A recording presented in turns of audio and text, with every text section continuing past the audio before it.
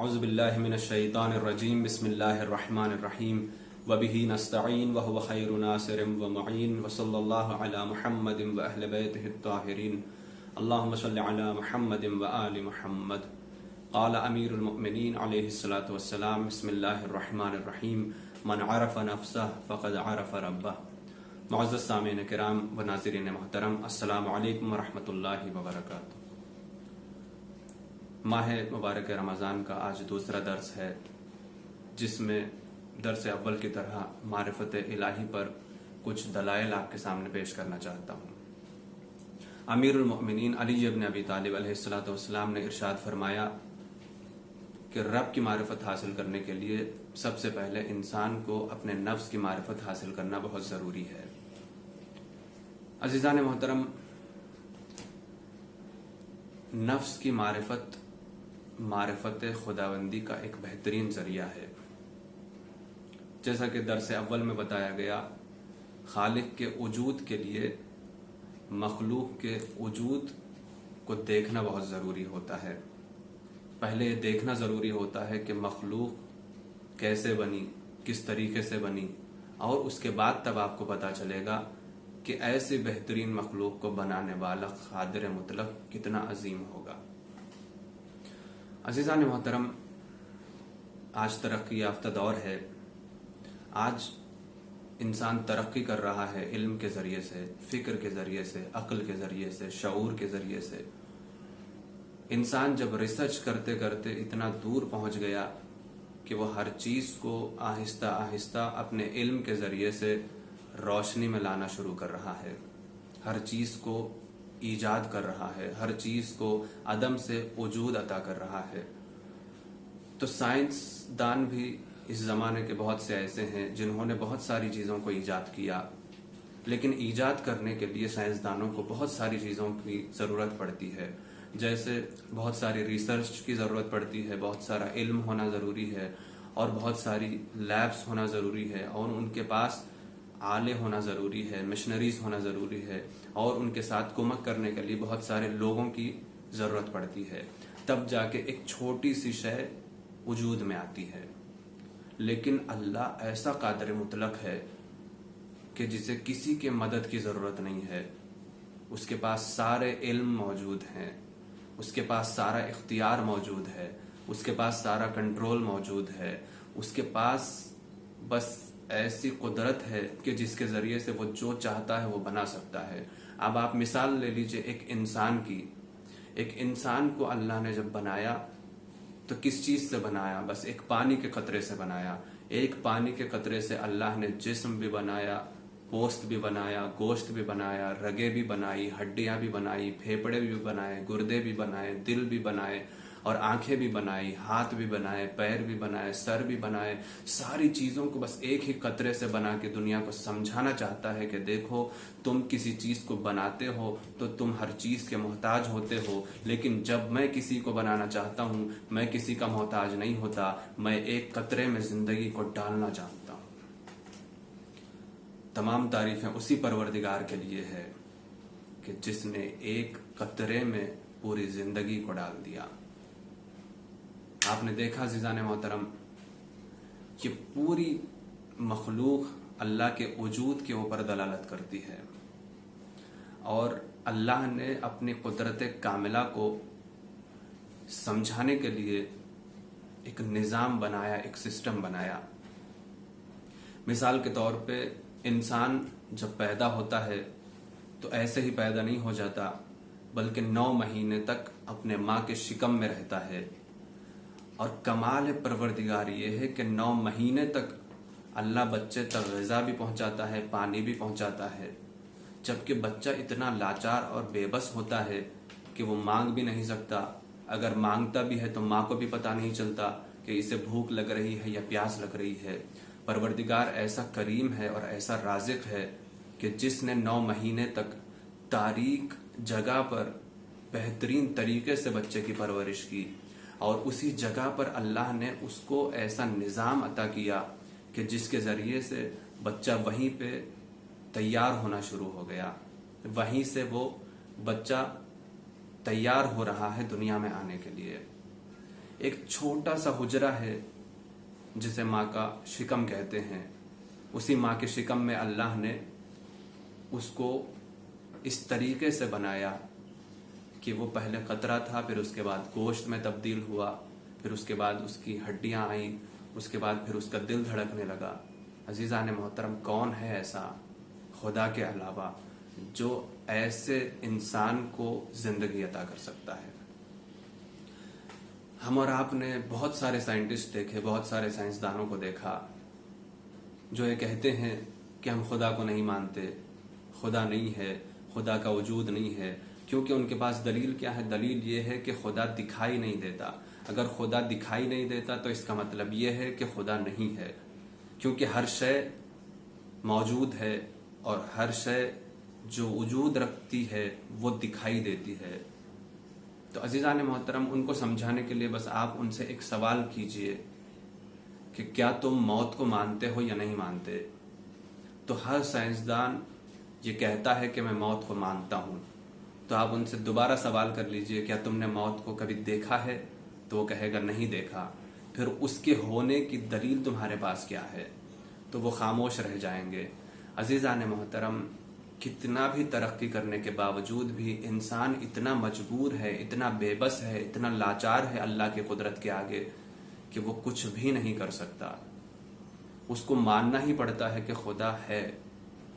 خدا کے نہ ہونے کی ہزار مثالیں بھی لے کے آئے گا، لیکن خدا کے وجود پر کروڑوں سے زیادہ مثالیں موجود ہیں، کیونکہ اس کی بصیرت کی آنکھیں بند ہو چکی ہیں۔ اے کاش وہ بصیرت کی نگاہوں سے دیکھتا کہ یہ آسمان بغیر ستون کے کیسے کھڑا ہوا ہے، کیسے قائم، کیسے دائم ہے۔ یہ زمین بغیر کسی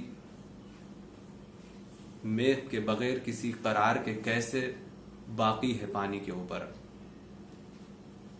یہ سورج جو جل رہا ہے وہ کیوں ختم نہیں ہو رہا ہے؟ یہ چاند میں روشنی کس نے ڈالی؟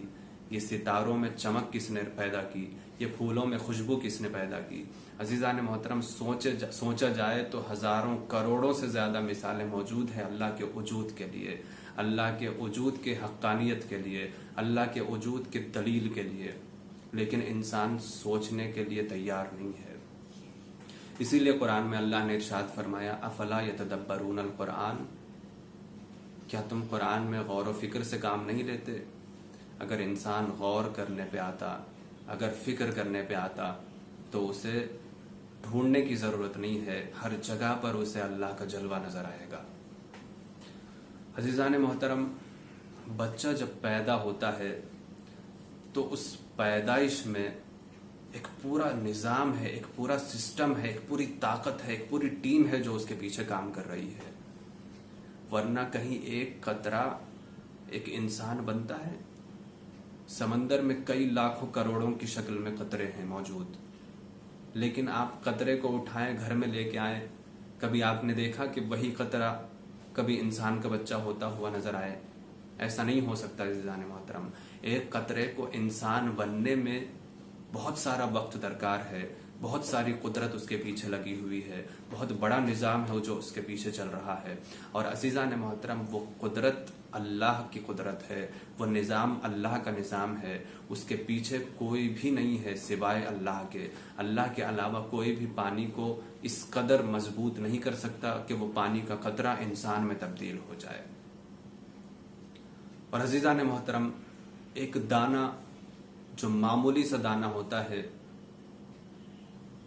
جس کی کوئی طاقت نہیں ہوتی، جس میں کوئی قوت نہیں ہوتی، یہی وہ دانہ ہوتا ہے کہ جس کو چونٹی اپنے منہ سے دبا کر توڑ دیتی ہے، لیکن یہی دانہ جب مٹی میں دب جاتا ہے اور اللہ کی معرفت جب اس کے دل میں آتی ہے اور اللہ کا ارادہ جب اس کے اوپر پڑتا ہے، تو یہی دانہ زمین کے مضبوط پتھروں کو توڑتا ہوا سر باہر اٹھاتا ہے اور آسمان کی طرف سر بلند کر کے کہتا ہے الحمدللہ رب العالمین، تمام تعریفیں اسی پروردگار کے لیے ہے جو عالمین کا بھی رب ہے اور میرا بھی پالنے والا ہے۔ عزیزان محترم، یہ دانہ صرف مٹی اور پانی سے مل کر درخت نہیں بنا، بلکہ اس کے پیچھے ایک سسٹم ہے، اس کے پیچھے ایک نظام ہے، اس کے پیچھے ایک قدرت ہے، جو الہی قدرت ہے، الہی نظام ہے، جس کے ذریعے سے وہ دانہ آج درخت میں ہمیں نظر آ رہا ہے۔ عزیزان محترم، معرفت الہی کے لیے بہت ساری مثالیں موجود ہیں۔ کہاں کہاں تک انسان انکار کرتا رہے گا؟ ہر جگہ پر اس کے کرامت کے جلوے ہیں، ہر جگہ پر اس کی رحمتوں کے اور اس کی برکتوں کے جلوے ہیں۔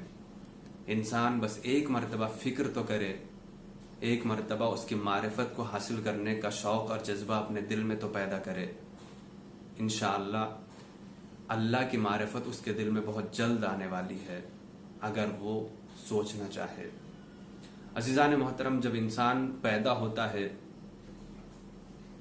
تو اس کے ذہن میں کچھ بھی نہیں ہوتا، وہ جاہل پیدا ہوتا ہے۔ اس کو یہ بھی پتہ نہیں ہوتا کہ اس کی ماں کون ہے، اس کا باپ کون ہے، اس کا بھائی کون ہے، اس کی بہن کون ہے۔ ایسا جاہل پیدا ہوتا ہے، لیکن اس کے ذہن میں اللہ کی معرفت ہوتی ہے، اس کی فکر میں اللہ کی معرفت ہوتی ہے، اس کی عقل میں اللہ کی معرفت ہوتی ہے، کیونکہ رسول اکرم نے اسی بات کی طرف اشارہ کرتے ہوئے کہا کہ ہر بچہ فطرت اسلام پر پیدا ہوتا ہے، ہر بچہ اللہ کی گواہی دیتا ہوا پیدا ہوتا ہے، ہر بچہ رسول کی رسالت کی گواہی دیتا ہوا پیدا ہوتا ہے، ہر بچہ علی اور اولاد علی علیہ السلام کی ولایت کا اقرار کرتے ہوئے اس دنیا میں آنکھ کھولتا ہے۔ یہی وجہ ہے عزیزان محترم، جب بچہ پیدا ہوتا ہے تو ائمہ علیہ السلام نے یہ بتایا کہ بچے کے داہنے کان میں اذان کہو اور بائیں کان میں اقامت کہو، کیونکہ عزیزان محترم انسان کے ذہن میں اللہ کی معرفت، رسول کی رسالت اور علی اور اولاد علی علیہ السلام کی ولایت کو اللہ نے راسخ کر کے بھیجا۔ انسان خالی اس ذہن اس دنیا میں نہیں آیا، بلکہ اللہ کی معرفت کے خزانے لے کے آیا۔ اور جب اذان اور اقامت دی جاتی ہے تو بچہ سن کے لبیک کہنے لگتا ہے اور عالم بالا اور عالم ارواح کو یاد کرنے لگتا ہے۔ عالم ارواح میں اللہ نے اپنی ولایت، اپنی وحدانیت، رسول کی رسالت اور علی کی امامت اور اولاد علی علیہ السلام کی خلافت کے وعدے لیے تھے، جسے میثاق کہتے ہیں۔ ہر انسان جو آدم کی اولاد میں سے ہے، ہر انسان نے وعدے کیا، ہر انسان نے وعدہ کیا ہے اللہ سے۔ وہ وعدے یاد دلانے کے لیے اللہ کے حبیب نے ارشاد فرمایا، جب بچہ پیدا ہوتا ہے تو اس کے کانوں میں اقامت اور اذان کہا کرو، کیونکہ انسان معرفت الہی کو لے کر اس دنیا میں آتا ہے۔ اور اسی بات کا ثبوت دیتے ہوئے اللہ کے رسول نے ارشاد فرمایا کہ تم بچے کے کان میں اللہ کا نام ضرور لیا کرو۔ تو بہرحال عزیزان محترم، معرفت الہی بہت اہم موضوع ہے، بہت ضروری اور بہت ایسی شے ہے کہ جس کے بغیر کوئی بھی عمل قابل قبول نہیں ہے۔ لہٰذا معرفت خدا کو حاصل کرنے کے لیے ہر وقت آپ کوشش کرتے رہیں، اور معرفت کے ساتھ جب آپ عبادت کریں گے تو یقین جانیے آپ کا جسم بھی معراج پہنچے گا اور آپ کی روح بھی معراج پر پہنچ جائے گی۔ وآخر دعوانا ان الحمد للہ رب العالمین، والسلام علیکم ورحمۃ اللہ وبرکاتہ۔